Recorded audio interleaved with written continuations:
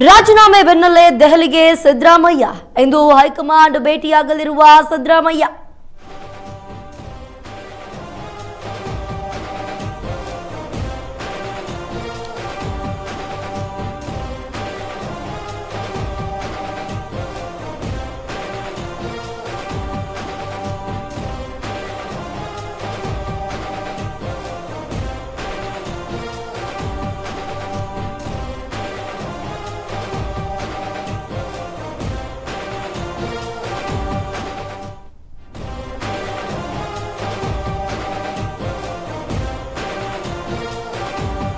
ನಿನ್ನೆ ಸಂಜೆಯೇ ದೆಹಲಿಗೆ ತೆರಳಿದ ಸಿದ್ದರಾಮಯ್ಯ. ರಾಹುಲ್ ಸೋನಿಯಾ ಗಾಂಧಿ ಭೇಟಿಯಾಗಲಿರುವ ಸಿದ್ದು. ಮೊದಲು ಸೋನಿಯಾ ಗಾಂಧಿ ಭೇಟಿಯಾಗಲಿರುವ ಸಿದ್ದು. ಸೋನಿಯಾ ಭೇಟಿ ಬಳಿಕ ಖರ್ಗೆ ಭೇಟಿಯಾಗಲಿರುವ ಸಿದ್ದು. ಮಲ್ಲಿಕಾರ್ಜುನ್ ಖರ್ಗೆ ನಿವಾಸದಲ್ಲಿ ಭೇಟಿಯಾಗಿ ಮಾತುಕತೆ. ಹೈಕಮಾಂಡ್ ನಾಯಕರಿಗೆ ಕೃತಜ್ಞತೆ ಸಲ್ಲಿಸಲಿರುವ ಸಿದ್ದು. ರಾಜೀನಾಮೆ ಕೊಡೋದಕ್ಕಿಂತ ಮೊದಲು ಕೂಡ ಸಿಎಂ ಸಿದ್ದರಾಮಯ್ಯನವರು ದೆಹಲಿ ಪ್ರವಾಸವನ್ನ ಮಾಡಿದ್ರು ಹೈಕಮಾಂಡ್ ನಾಯಕರನ್ನ ಭೇಟಿ ಮಾಡೋದಕ್ಕಾಗಿ. ಈಗ ರಾಜೀನಾಮೆಯನ್ನ ಕೊಟ್ಟಾಯ್ತು, ಅದ್ರ ಜೊತೆಗೆ ಅಂಗೀಕಾರ ಕೂಡ ಆಯಿತು. ಅದಾದ ನಂತರ ಸಿದ್ದರಾಮಯ್ಯನವರು ಮತ್ತೆ ಡೆಲ್ಲಿಯ ಪ್ರವಾಸವನ್ನ ಮಾಡಿದ್ದಾರೆ.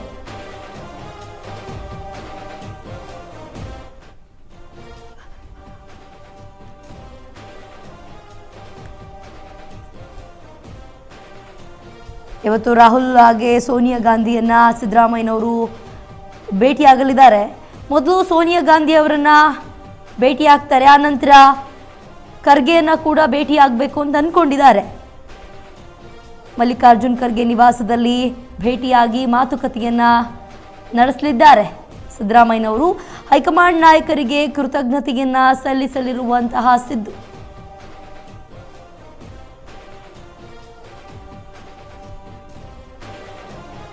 ರಾಜೀನಾಮೆ ಬೆನ್ನಲ್ಲೇ ದೆಹಲಿಗೆ ಸಿದ್ದರಾಮಯ್ಯನವರು ಪ್ರಯಾಣವನ್ನ ಬೆಳೆಸಿದ್ದಾರೆ. ಇವತ್ತು ಹೈಕಮಾಂಡ್ ನಾಯಕರನ್ನ ಭೇಟಿಯಾಗಬೇಕು ಅನ್ನುವಂತಹ ಕಾರಣಕ್ಕೆ ರಾಜೀನಾಮೆಯನ್ನ ನೀಡಿ ದೆಹಲಿಗೆ ಪ್ರಯಾಣವನ್ನ ಬೆಳೆಸಿದ್ದಾರೆ. ನಿನ್ನೆ ರಾಜೀನಾಮೆಯನ್ನ ಕೊಟ್ಟು ನಿನ್ನೆ ಸಂಜೆನೆ ದೆಹಲಿಗೆ ಸಿದ್ದರಾಮಯ್ಯನವರು ತೆರಳಿದ್ರು. ರಾಹುಲ್ ಹಾಗೆ ಸೋನಿಯಾ ಗಾಂಧಿ ಅವರನ್ನ ಭೇಟಿಯಾಗಬೇಕು ಅನ್ನುವಂತಹ ಕಾರಣಕ್ಕೆ ಸಿಎಂ ಸಿದ್ದರಾಮಯ್ಯನವರು ನಿನ್ನೆಯೇ ದೆಹಲಿಯ ಪ್ರಯಾಣವನ್ನ ಬೆಳೆಸಿದ್ದಾರೆ. ಮೊದಲು ಸೋನಿಯಾ ಗಾಂಧಿ ಅವರನ್ನ ಭೇಟಿಯಾಗ್ತೀನಿ, ಆ ನಂತರ ಖರ್ಗೆ ಅವರನ್ನ ಭೇಟಿಯಾಗ್ತೀನಿ ಅಂತ ಹೇಳಿದ್ದಾರೆ. ಮಲ್ಲಿಕಾರ್ಜುನ್ ಖರ್ಗೆ ನಿವಾಸದಲ್ಲಿ ಭೇಟಿಯಾಗಿ ಒಂದಷ್ಟು ಮಾತುಕತೆಗಳನ್ನು ಮಾಡಬೇಕು, ಒಂದಷ್ಟು ವಿಚಾರಗಳ ಬಗ್ಗೆ ಚರ್ಚೆಯನ್ನು ಮಾಡಬೇಕು. ಅದಾದ ಜೊತೆಗೆ ಹೈಕಮಾಂಡ್ ನಾಯಕರಿಗೆ ಕೃತಜ್ಞತೆಯನ್ನು ಸಲ್ಲಿಸಬೇಕು ಅಂತ ಸಿದ್ದರಾಮಯ್ಯನವರು ಅಂದ್ಕೊಂಡಿದ್ದಾರೆ.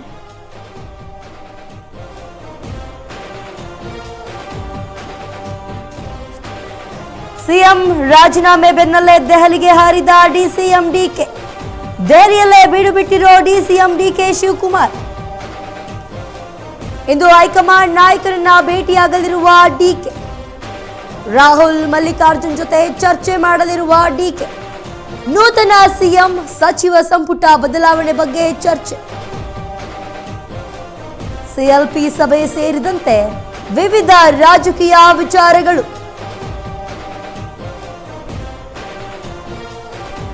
ನೂತನ ಸಿಎಂ ಜೊತೆ ಎಷ್ಟು ಸಚಿವರು ಪ್ರಮಾಣ ವಚನ ಚರ್ಚೆ.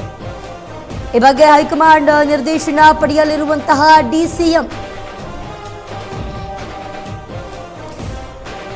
ಸಿಎಂ ರಾಜೀನಾಮೆ ಬೆನ್ನಲ್ಲೇ ಡಿಸಿಎಂ ಡಿಕೆ ಶಿವಕುಮಾರ್ ಅವರು ಕೂಡ ದೆಹಲಿಗೆ ಹಾರಿದ್ದಾರೆ. ಇವತ್ತು ಹೈಕಮಾಂಡ್ ನಾಯಕರನ್ನ ಡಿಕೆ ಶಿವಕುಮಾರ್ ಅವರು ಭೇಟಿ ಮಾಡಲಿದ್ದಾರೆ. ರಾಹುಲ್ ಗಾಂಧಿ ಮಲ್ಲಿಕಾರ್ಜುನ್ ಜೊತೆ ಚರ್ಚೆಯನ್ನ ಮಾಡಲಿದ್ದಾರೆ ಡಿಕೆ ಶಿವಕುಮಾರ್ ಅವರು.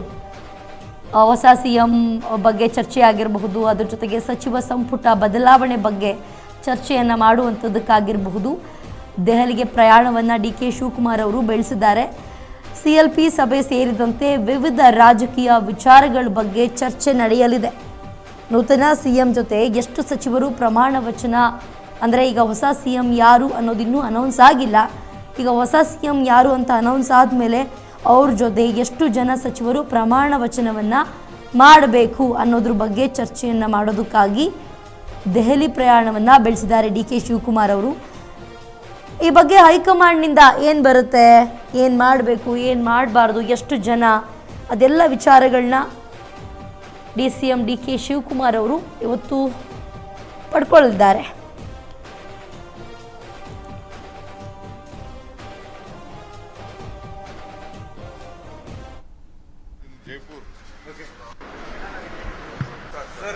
Sir, after CM resignation, you are set to replace CM Sitaramaiah, sir. Sir, weather is troubling. Sir, you are set to become a next CM of Karnataka. My CM has landed in Jaipur. Okay. Lot of troubles. You look at that now. Thank you. We'll meet tomorrow.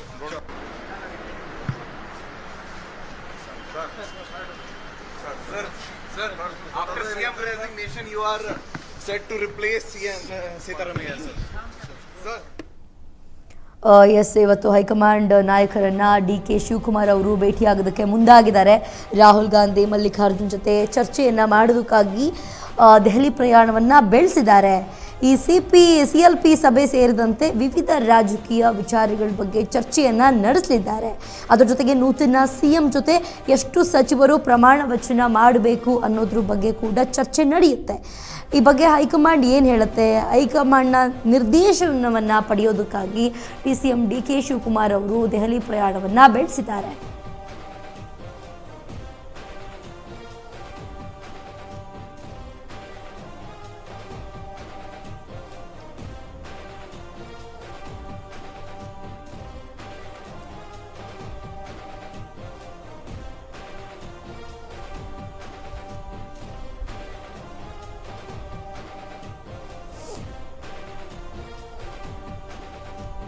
CM ರಾಜೀನಾಮೆ ಬೆನ್ನಲ್ಲೇ DCM DK Shivakumar ಅವರು ಕೂಡ ದೆಹಲಿ ಪ್ರಯಾಣವನ್ನು ಬೆಳೆಸಿದ್ದಾರೆ. ದೆಹಲಿಯಲ್ಲೇ ಬೀಡು ಬಿಟ್ಟಿದ್ದಾರೆ. ಇವತ್ತು high command ನಾಯಕರನ್ನ DCM DK ಶಿವಕುಮಾರ್ ಅವರು ಭೇಟಿಯಾಗಲಿದ್ದಾರೆ.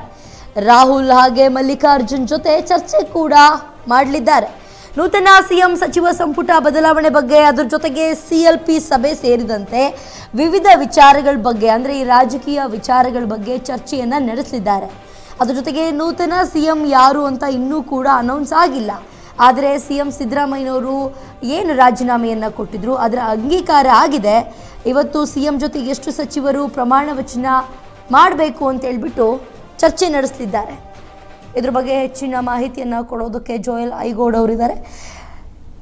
ಎಸ್ ಜೋಯಲ್, ದೆಹಲಿಯಲ್ಲೇ ಬೀಡು ಬಿಟ್ಟಿದ್ದಾರೆ DCM DK ಶಿವಕುಮಾರ್ ಅವರಾಗಿರಬಹುದು, CM ಸಿದ್ದರಾಮಯ್ಯನವರಾಗಿರಬಹುದು. ಏನೆಲ್ಲ ಚರ್ಚೆ ನಡಿಬಹುದು?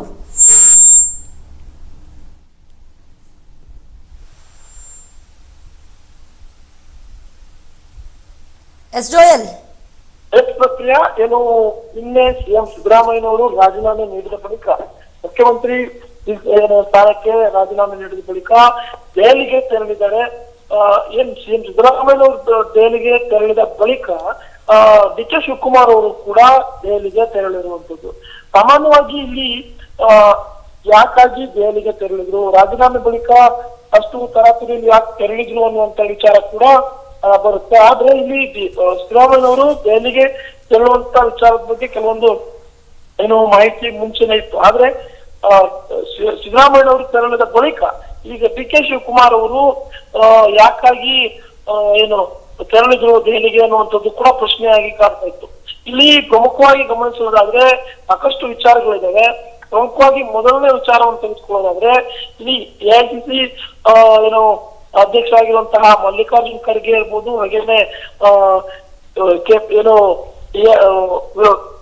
ಏನು ವಿರೋಧ ಪಕ್ಷದ ನಾಯಕರಾಗಿರುವಂತಹ ರಾಹುಲ್ ಗಾಂಧಿ ಇರ್ಬೋದು, ಇವರನ್ನ ಭೇಟಿಯಾಗುವಂತಹ ನಿಟ್ಟಿನಲ್ಲಿ ಏನು ತೆರಳಿರುವಂತದ್ದು. ಅಲ್ಲಿ ಪ್ರಮುಖವಾಗಿ ಚರ್ಚೆ ಮಾಡುವಂತಹ ವಿಚಾರ ಅಂತಂದ್ರೆ ಏನು ಸಚಿವ ಸಂಪುಟದ ಪುನರ್ರಚನೆ ವಿಚಾರಕ್ಕೆ.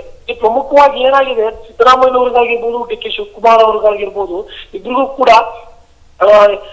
ತಮ್ಮ ಹಿಂಬಾಲಕರು ಅಥವಾ ತಮ್ಮ ಆಪ್ತರು ಏನಿದ್ದಾರೆ ಅವರಿಗೂ ಕೂಡ ಏನು ಒಂದು ಉತ್ತಮವಾದಂತಹ ಏನು ಖಾತೆಯನ್ನ ಕೊಡಿಸುವಂತ, ಅಂದ್ರೆ ಅವರಿಗೂ ಕೂಡ ಒಂದು ಮಂತ್ರಿಗಿರಿಯನ್ನ ಕೊಡಿಸುವಂತಹ ಸವಾಲು ಅವರಿಗೆ ಎದುರಾಗಿದೆ. ಹೀಗಾಗಿ ಈ ಕಾಂಗ್ರೆಸ್ ಹೈಕಮಾಂಡ್ ಜೊತೆ ಏನ್ ಚರ್ಚೆ ಇದೆ ಆ ವಿಚಾರಕ್ಕೆ ಈಗ ತೆರಳಿರುವಂತದ್ದು. ಒಟ್ಟಾರೆ ಇನ್ನ ಮುಂದೆ ಏನು ಈ ಏನ್ ನಾಯಕತ್ವದ ಗೊಂದಲ ಏನಿದೆ ಅದು ಕೂಡ ನಿವಾರಣೆ ಆಗ್ಬೇಕಾಗಿದೆ.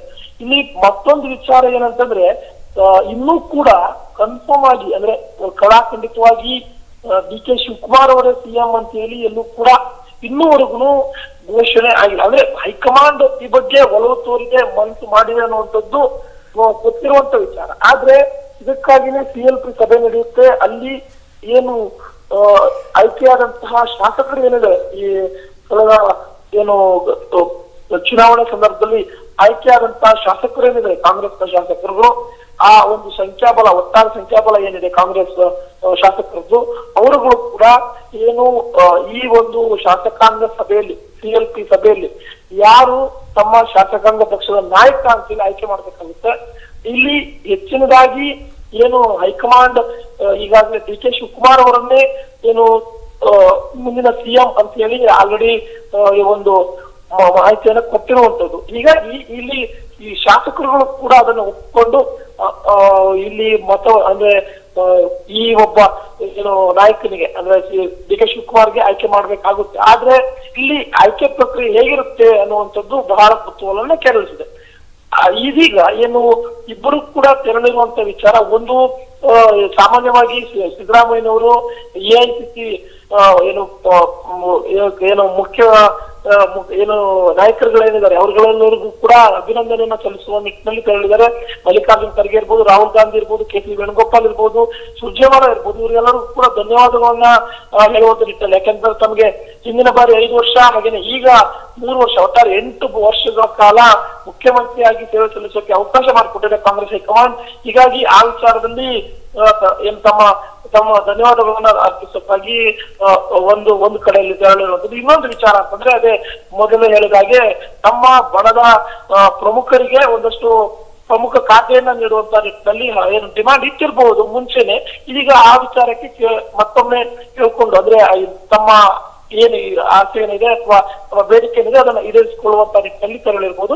ಹೀಗಾಗಿ ಈಗ ಸದ್ಯಕ್ಕೆ ಸಿದ್ದರಾಮಯ್ಯನವರಿಗೆ ಅದು ಕೂಡ ಒಂದು ಚಾಲೆಂಜಿಂಗ್ ಆಗಿದೆ. ಯಾಕಂದ್ರೆ ತಮ್ಮನ್ನು ನಂಬ್ಕೊಂಡಿದ್ದಂತವ್ರಿಗೆ ಒಂದಷ್ಟು ಏನು ಪ್ರಮುಖ ಖಾತೆಯನ್ನು ಕೊಡಿಸಬೇಕಾಗಿದೆ. ಅದೇ ರೀತಿ ಡಿ ಕೆ ಶಿವಕುಮಾರ್ ಅವರು ಕೂಡ ಇಲ್ಲಿ ಸಿಎಂ ಆದ್ರೂ ಕೂಡ ಅವರ ಬಣದ ಒಂದಷ್ಟು ಶಾಸಕರುಗಳು ಏನಿದ್ದಾರೆ, ಎಷ್ಟು ಬಾರಿ 2-3 ಬಾರಿ ಆಯ್ಕೆ ಆದಂತವ್ರು, 4 ಬಾರಿ ಆಯ್ಕೆ ಆದಂತವ್ರು, ಅವರ ಬೇಡಿಕೆ ಕೂಡ ಇದೆ, ನಮಗೂ ಕೂಡ ಒಂದು ಮಂತ್ರಿಗಿರಿಯನ್ನ ಕೊಡಿಸಿ, ಸಚಿವ ಸ್ಥಾನವನ್ನ ಕೊಡಿಸಿ ಅಂತ.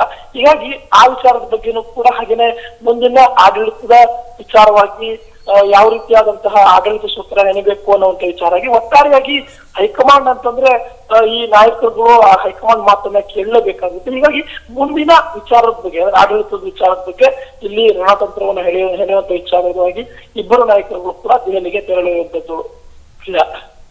ಎಸ್, ಧನ್ಯವಾದಗಳು ಜೋಯಲ್ ನಿಮ್ಮೆಲ್ಲ ಮಾಹಿತಿಗಾಗಿ.